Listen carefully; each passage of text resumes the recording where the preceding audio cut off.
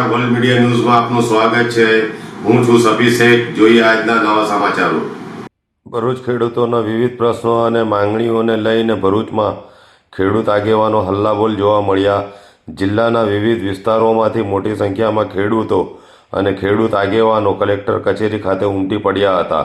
ખેડૂત આગેવાનોએ જિલ્લા કલેક્ટરને આવેદનપત્ર પાઠવી ખેડૂતોના પ્રશ્નોનું તાત્કાલિક નિરાકરણ લાવવાની માંગ કરી હતી। ખેડૂત આગેવાનો દ્વારા ખેડૂતોને લગતા વિવિધ પ્રશ્નો, હક્કો અને માંગણીઓ અંગે કલેક્ટર સમક્ષ રજૂઆત કરવામાં આવી હતી। તંત્ર દ્વારા ખેડૂતોના પ્રશ્નોને ગંભીરતાથી લઈ યોગ્ય કાર્યવાહી કરવામાં આવે અને ખેડૂતોને જરૂરી રાહત મળે તેવી માંગ કરવામાં આવી હતી।